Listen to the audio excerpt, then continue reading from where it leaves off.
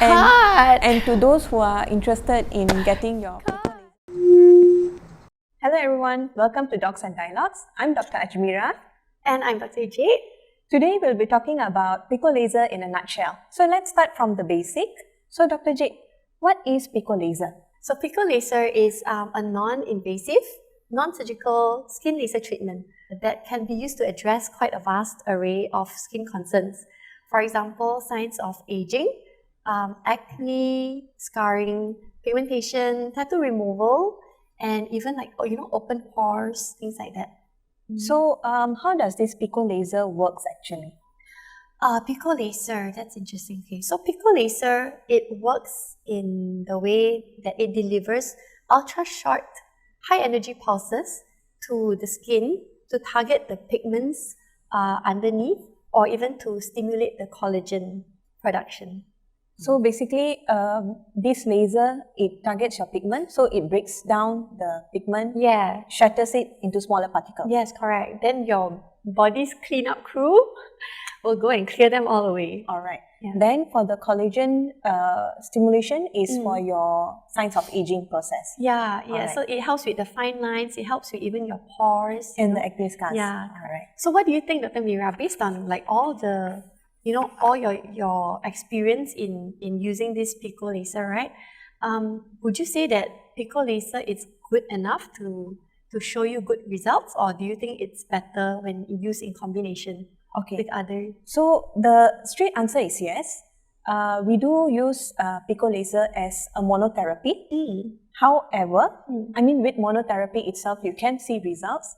However, you can combine chemical peels with Pico Laser, or you can combine Pico Lasers with microneedling, or you can also do Pico Lasers with skin boosters, or having all together in one. So it depends on basically it depends on what you want to target, right? So if let's say you want to treat acne, you can do salicylic acid chemical peel, right? And then you go for the laser after that. True. Or maybe if you want to target I don't know, like acne scarring, texture of your skin, you can do AHAs with the laser and microneedling. Microneedling after that. I think that'd be really good.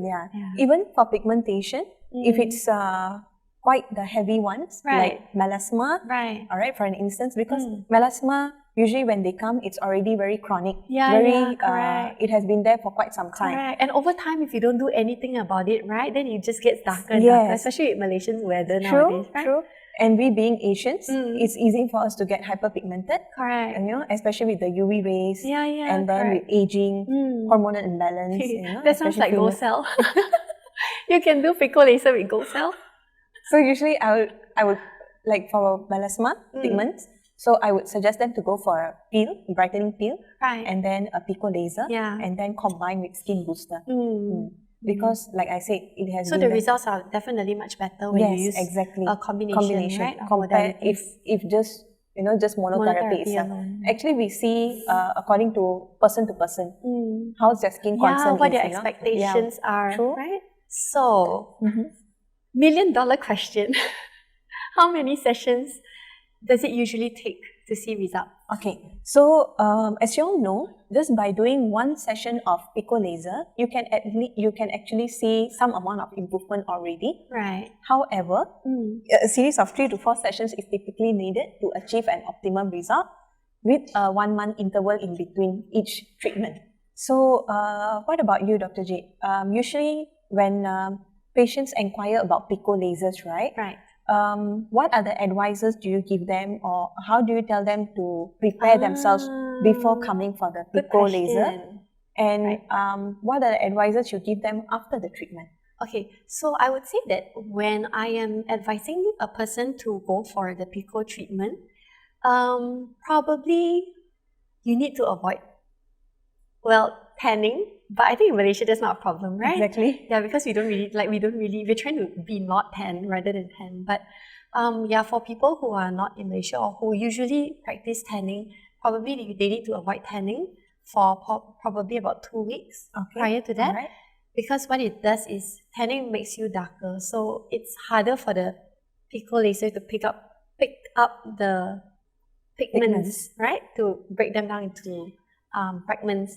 Also avoid sun exposure Alright. for at least maybe 48 hours, because that will actually cause your skin to be more sensitive to the treatments. Okay. And hydration. Hydration is very important. Pico laser can be a bit drying, so you want to hydrate yourself more prior to the treatment, and also during the treatment and after the treatment, because that will help a lot in the healing of your skin. So during the treatment itself, a lot of people would liken the feeling to like an ant bite sensation. So that's what probably you can expect. Ant bite sensations, or even rubber band snapping on your face. Yeah, I get that a lot also. Right? And yeah. then some people even say that they feel a bit itchy. And of course, there'll be probably a bit of warmness. Yeah, a bit of warmness during the procedure. But that will all subside really fast. So aftercare is also actually equally as important, because they will be in recovery process, right? So you probably want to advise them to stay away from the sun as much as possible, because their face will be like quite sensitive to the UV light then. And use a lot of hydrating like products, like soothing products, hydrating products, a lot of moisturizers, a lot of lotions, and try to stay away from exfoliants, because exfoliants can actually prolong the healing or irritate the skin to like result in poorer healing. Also, exercising. You don't really want to stress your skin more after treatments, so probably avoid exercises for a few days after the treatment. So basically, we avoid all this to not to delay the healing process. Yeah, you want the healing to be as fast as possible and as even as possible. Alright.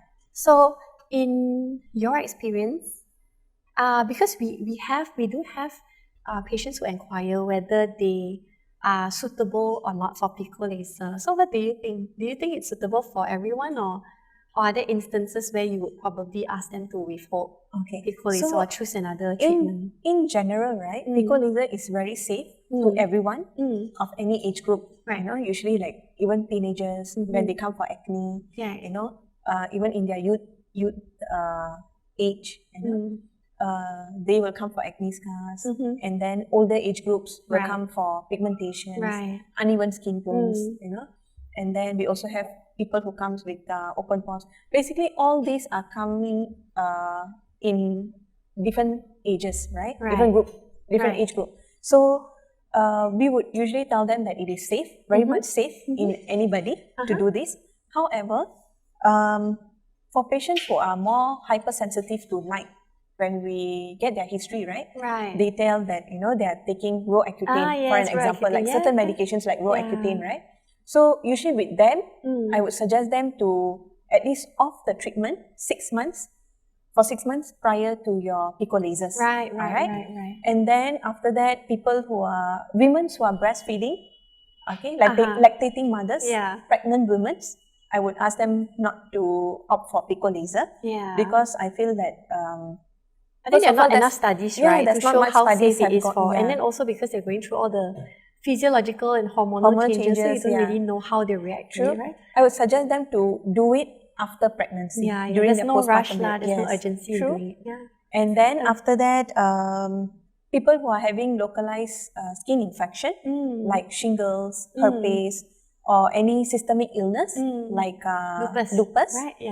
So I would suggest them to go for other modalities rather than going to Pico laser, because I don't want their whatever condition they are having to flare up. Right, I see. That's very interesting. Okay, then what about this one? What if people ask, hey, Dr. Meera, like, is there anywhere else, like, let's say they want to do Pico treatment on other parts of their body? Oh, of course. So as how we treat our face, right? Actually, Pico lasers is said to can be treated any parts of our body.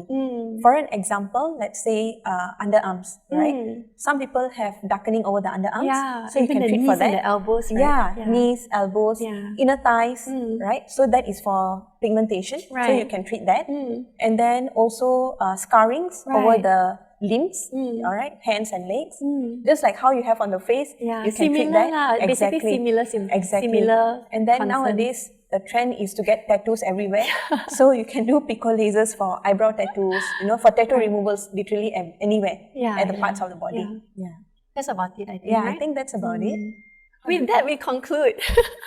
Well, that was a very fruitful discussion with you, Yes, Dr. it Jade. was, Dr. Meera. It was very nice. Thank you for sharing with me and You for too. everyone at home as well. If you're a first timer and you are planning to get your Pico Laser, why don't you come and visit us to Westwood Clinic, and we'll talk about it more and let you have your first experience with us. Just remember that Pico Laser is the magic wand to your skin. I guess that concludes our session for today with Docs and Dialogues. Until next time, bye-bye. Westwood Clinic.